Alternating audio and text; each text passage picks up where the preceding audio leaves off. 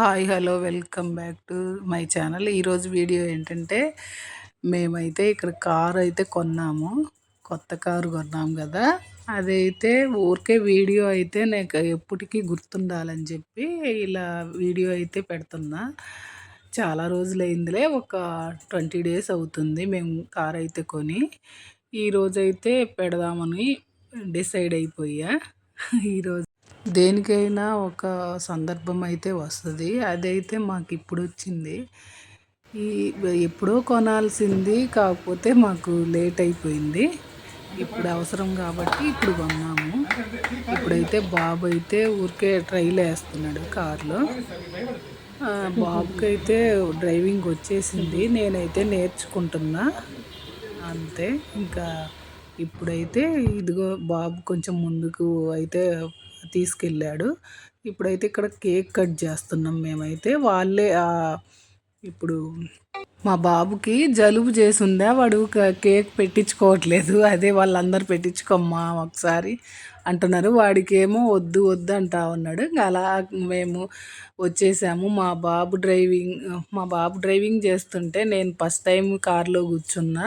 First time అయితే చాలా tension అనిపించింది. ఎలా తోలుతాడో ఏమోనని చెప్పి. కానీ చాలా బాగా తీసుకొచ్చాడు. మేమైతే ఫస్ట్ టైం నాన్న అమ్మని కలవాలని చెప్పి ఊరికైతే బయలుదేరాము.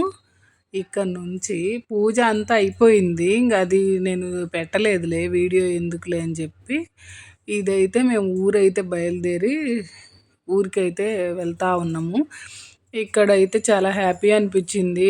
ఇలాంటప్పుడు కొన్ని కొన్ని అంటే గుర్తొస్తూ ఉంటాయి కదా. అది కొంచెం బాధలు ఉంటాయి, సంతోషాలు ఉంటాయి, అన్నీ ఉంటాయి కదా లైఫ్‌లో. కొన్ని కొన్ని అయి దాటుకొని వచ్చిన తర్వాత ఆ హ్యాపీనెస్సే వేరు. మా బాబు అయితే వీడియో తీయనీయడు, ఫొటోస్ పెట్టనీయడు ఎక్కడ. కానీ నేను అప్పుడప్పుడు నాకిష్టమని నేను పెడతా ఉంటా. అంటే వాడియి పెట్టనివ్వడు. నేనైతే షేర్ చేసుకుంటా ఉంటా. వాడియి కొంచెం తక్కువ తీస్తా ఉంటాలే. ఇదైతే మా బాబు డ్రైవింగ్‌లో నేను ఫస్ట్ టైం కూర్చున్నా. హ్యాపీగా అనిపించింది. ఏదైనా మన పిల్లలు డ్రైవ్ చేస్తుంటే మనం పక్కన కూర్చొని వెళ్తా ఉంటే గూడా అది గూడా హ్యాపీనెస్సే గదా! ప్రతి దాంట్లో చిన్న విషయంలో గూడా నేను హ్యాపీనెస్సే వెతుక్కుంటా. ఎందుకంటే మనం ఎప్పుడూ డల్‌గా ఉండకూడదనేదే నా కాన్సెప్టు. అంటే మనము వేరే వాళ్ళకి మెసేజ్ మంచిగా ఇస్తున్నట్టు అనిపిస్తది నాకెందుకో. అంటే డల్‌గా కనిపించి వాళ్ళని కూడా డల్ చేయడం ఎందుకు? మనం కూడా హ్యాపీగా ఉన్నామంటే వాళ్ళు పక్కన మనల చూసి కూడా హ్యాపీగా ఉండేవాళ్ళు కూడా ఉంటారు. అది.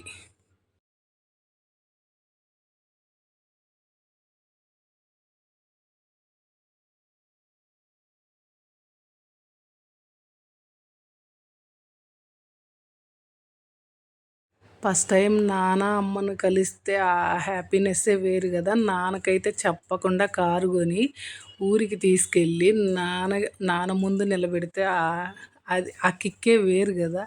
నిజంగా నాన్న ఎంత సర్ప్రైజ్ అయ్యారంటే, నిజంగా కల్లో కూడా ఊహించలేదు నేను. నాకలా చెయ్యాలని నాన్న ముందు మంచిగా అంటే నేను కారు కొని నేను డ్రైవింగ్ చేసుకుంటూ నాన్న ముందు నిలబెట్టాలనే కోరిక నాకు ఎప్పటినుంచో ఉండేది. నాకు చిన్నప్పటి నుంచి ఉండేది. ఆ కోరికైతే నెరవేరింది. నిజంగా ఈ ఈ రాముల వారి దయ, దేవుళ్ళందరి దయ అనుకుంటా. బాబా గారి దయ, ఈశ్వరుడి దయ, అంటే ఇంక నేను దేవుళ్ళంటే అంత ఇష్టం నాకు. అంతే నేను దేవుళ్ళని మొక్కుకుంటా. ఏదైనా మంచిగా జరగాలని, నా పక్కన ఉండేవాళ్ళు గానీ, నాకు దగ్గరలో ఉండే నా ఫ్రెండ్స్ గానీ అందరూ బాగుండాలని కోరుకుంటా ఉంటా. అందులో నేను గూడా బాగుండాలని కోరుకుంటా. మా నానమ్మ, మా పెదనాన్న వీళ్ళందరూ హ్యాపీగా ఫీల్ అవుతా ఉన్నారు. అమ్మకైతే ముందు చెప్పున్నా. నాన్నతో అయితే ఒక్క మాట గూడా చెప్పొద్దని జెప్పి అమ్మకు తెలుసు. అయితే అమ్మ చెప్పలేదంట. అమ్మ భయపడతా ఉంది. తెలిసిన తర్వాత నన్నేమంటాడో, చెప్పలేదు ఎందుకని చెప్పి అరుస్తాడేమో అనుకుంది. కానీ నాన్న చాలా హ్యాపీగా ఫీల్ అయ్యారు. మనం పిల్లలం బాగుంటే వాళ్ళకు ఇంకా హ్యాపీనెస్సే గదా అది. అలా అన్నమాట. నాన్నని నేనెప్పుడూ హ్యాపీగా ఉంచాలనుకుంటా. నాకెందుకో తెలీదు. మా నాన్న ఇక్కడ కారు చుట్టూ తిరుగుతా ఉన్నాడు. ఇదేంది? ఇదేంది? మీరు కొన్నారా? మీరు కొన్నారా? అని. అంతే ఇంకా పిల్లలు అలా హ్యాపీగా ఉంటే పెద్దవాళ్ళకి కూడా మంచిదే కదా ఇదన్నమాట.